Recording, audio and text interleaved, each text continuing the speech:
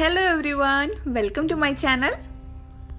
ഇന്ന് ഞാൻ ഉണ്ടാക്കാൻ പോകുന്നത് കിഴി ബിരിയാണിയാണ്. അതിനു വേണ്ടി ഇൻഗ്രീഡിയൻസ്. അതിനു വേണ്ടിയിട്ട് ഞാൻ ഇവിടെ കഴുകി വൃത്തിയാക്കിയിട്ട് 1 kg ചിക്കൻ എടുത്തിട്ടുണ്ട്.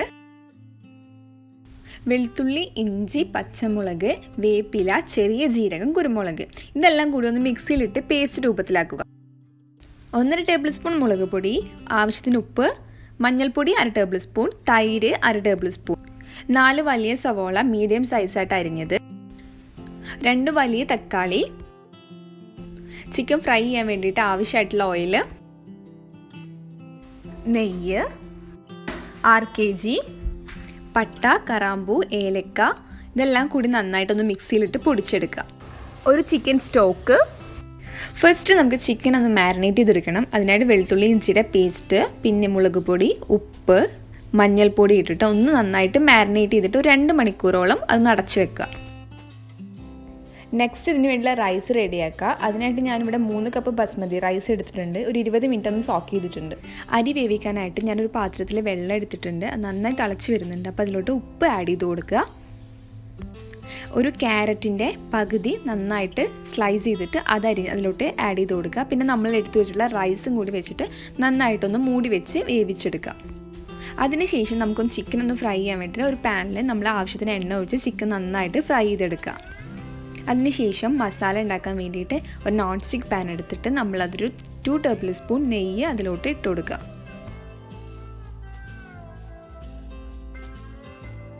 ഇതിലോട്ട് നമ്മൾ ഒരു സവാള അരിഞ്ഞത് ആഡ് ചെയ്യുക. ഇത് നമുക്ക് ഡെക്കറേറ്റ് ചെയ്യാൻ വേണ്ടിയിട്ടുള്ളതാണ്. അപ്പോൾ ഈ നെയ്യിലിട്ടിട്ട് നന്നായിട്ടൊന്ന് മുരിച്ചെടുക്കുക.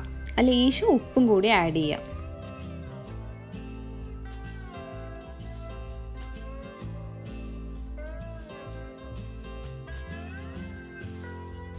സവോള നല്ല ബ്രൗൺ കളറായി വന്നിട്ടുണ്ട്. അപ്പം നമുക്കിനി അതൊരു പാത്രത്തിലോട്ട് മാറ്റാം. അതിനുശേഷം അണ്ടിപ്പരിപ്പ് ഇട്ട് ആ നെയ്യിൽ തന്നെ ഒന്ന് ചൂടാക്കിയെടുക്കാം. ജസ്റ്റ് അതൊന്നൊരു ബ്രൗൺ കളർ ആയാലും നമുക്കതൊരു പാത്രത്തിലോട്ട് മാറ്റാം. അതിനുശേഷം അതിലോട്ട് നമ്മൾ അരിഞ്ഞു വെച്ചിട്ടുള്ള സവോള ആഡ് ചെയ്ത് കൊടുക്കാം.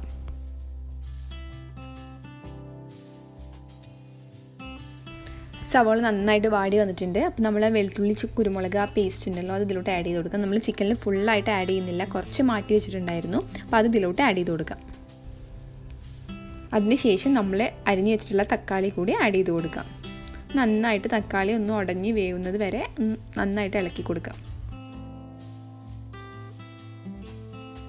തക്കാളി നല്ല വെന്ത ശേഷം നമ്മളുടെ മസാലപ്പൊടികളെല്ലാം അതിലോട്ട് ആഡ് ചെയ്യാം. ചിക്കൻ ക്യൂബും കൂടി ആഡ് ചെയ്ത് കൊടുക്കുക. എടുത്തു വെച്ചിട്ടുള്ള തൈര് അതിലോട്ട് ആഡ് ചെയ്ത് നന്നായിട്ട് മിക്സ് ചെയ്തെടുക്കാം.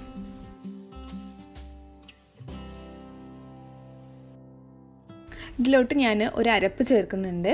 തേങ്ങ, അണ്ടിപ്പരിപ്പും കൂടി നന്നായിട്ടൊന്ന് മിക്സിയിലിട്ട് അടിച്ചെടുത്തതാണ്.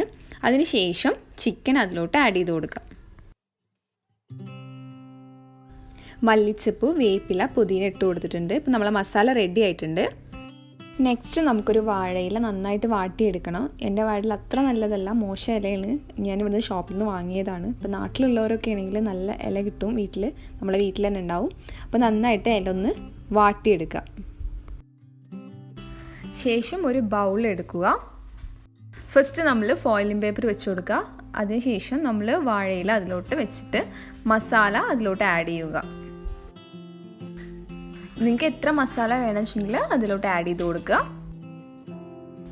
ദെൻ റൈസ് ആഡ് ചെയ്ത് കൊടുക്കുക. എത്ര റൈസ് വേണമെന്ന് വെച്ചെങ്കിൽ അത്ര റൈസ് ആഡ് ചെയ്ത് കൊടുക്കുക.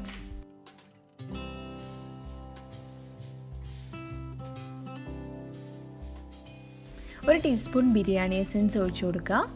ഒരു ടീസ്പൂൺ 6 kg. പിന്നെ നമ്മൾ ഫ്രൈ ചെയ്ത് വെച്ചിട്ടുണ്ടായിരുന്ന സവോള, അണ്ടിപ്പരിപ്പ് അതിൻ്റെ മുകളിലായിട്ടൊന്ന് വിതറി കൊടുക്കുക.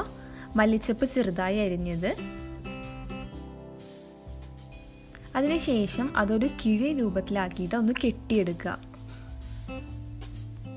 ഇതൊന്ന് ആവിയിൽ വേവിച്ചെടുക്കണം. അതിനായിട്ടൊരു പാത്രത്തിൽ ലേശം വെള്ളം എടുക്കുക. ഒരു ചെറിയ റിങ് അതിൽ ഇറക്കി വെച്ചിട്ട് അതിൻ്റെ മുകളിലായിട്ട് നമ്മൾ അരിപ്പാത്രം വെക്കുക. അതിനുശേഷം ഓരോ ബിരിയാണിയുടെ കിഴിയായിട്ട് നമ്മളൊന്ന് ആവിയിൽ വേവിച്ചെടുക്കുക. നമുക്ക് ഈ ലിഡിന് വല്ല ഹോൾസ് ഉണ്ടെങ്കിൽ ജസ്റ്റ് ടിഷ്യൂ പേപ്പർ വെച്ചിട്ട് അതൊന്ന് ക്ലോസ് ചെയ്യുക. വെള്ളം നന്നായി തിളച്ച് വരുന്ന സമയത്ത് നമുക്കിത് ഓപ്പൺ ചെയ്യാവുന്നതാണ്.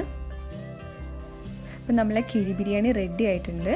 ഞാനതൊന്ന് ഓപ്പൺ ചെയ്ത് കാണിച്ചു തരാം.